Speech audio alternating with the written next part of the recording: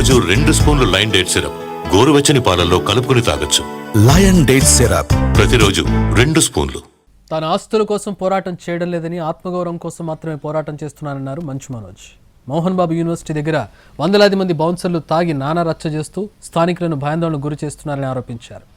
ఈ ఘటనపై ఎమ్మెల్యే పులవర్తి నాని స్పందించాలని, ప్రజలకు ధైర్యం చెప్పాలన్నారు మంచు మనోజ్. సినిమా ఈవెంట్ కోసమే రాయచోటికి వెళ్లానని పేర్కొన్నారు. తనకు మద్దతుగా ఉన్న వారిపై దాడులు చేస్తున్నారని చెప్పారు.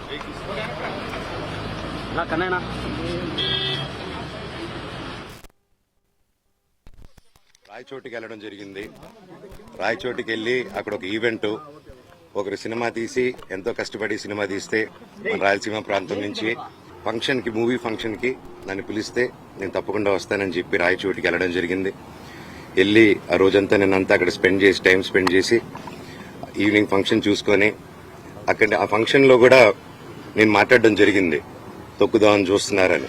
ఎందుకురా వీడు ఆడియో ఫంక్షన్కి వచ్చి, ఇది ఒక ట్రైలర్ టీజర్ లాంచ్కి వచ్చి, ఒక మంచి మూవీ ఫంక్షన్కి వచ్చి ఎందుకు ఇది అన్నాడు. ఎందుకన్నానంటే అన్న, నేను అక్కడికి వెళ్ళి ఫంక్షన్కి స్టేజ్ ఎక్కక ముందు నేను ఈ ప్రాంతంలో ఉన్నానని చెప్పి, ఇక్కడ ఎవరైతే మనకు సపోర్ట్గా ఉన్నారో, ఎవరైతే కొంచెం గొంతు విప్పి కొంచెం ముందుకొచ్చి నాకు లెటర్లు పంపించి ఇక్కడ జరిగే అన్యాయాలు చెప్తున్నారో వాళ్ళ మీద దాడులు మొదలుపెట్టారు ఎప్పటి నుంచో. ఆ దాడులు బయటికి చెప్పుకోలేరన్న ఇక్కడ.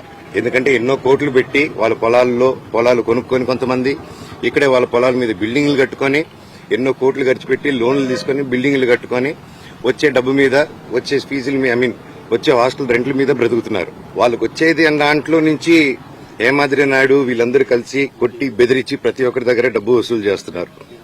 పర్ స్టూడెంట్కి ఇంత అని చెప్పి ఈ కంప్లైంట్స్ నాకు వచ్చింది.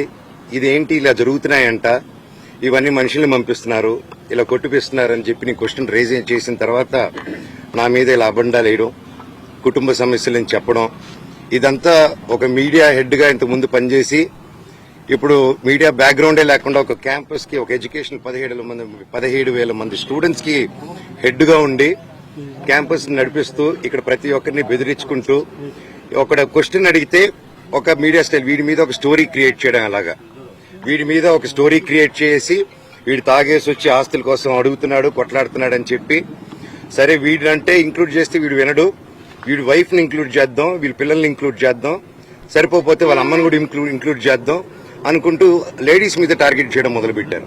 ఇక్కడ వాళ్ళందరికీ ఏమైపోయింది, అయ్యో హైదరాబాద్ లో మనోజ్ని ఇంత ఇబ్బంది పెడుతున్నారు, మనోడిని అతన్నే అంత ఇబ్బంది పెడుతుంటే మనల్ని అసలు లెక్క చేస్తారా ఇక్కడ అనేసి ఒక స్ట్రాటజీలో వెళ్తున్నారు వీళ్ళు. అన్న, నా సైడ్ నిజం ఉంది, వాళ్ళ సైడ్ నిజం లేదు, వాళ్ళని ఒక్క ప్రూఫ్ ఇమ్మనండి, నా దగ్గర అన్ని ప్రూఫ్లు ఉన్నాయి. సో ఇది ఆన్ గోయింగ్ ఇష్యూ. ఇది మళ్లీ చెప్తున్నాను, ఇది ఆస్తి గొడవలు కాదు, ఇది ఆత్మగౌరవంకి పోరాడే ఒక సమస్య. ఇది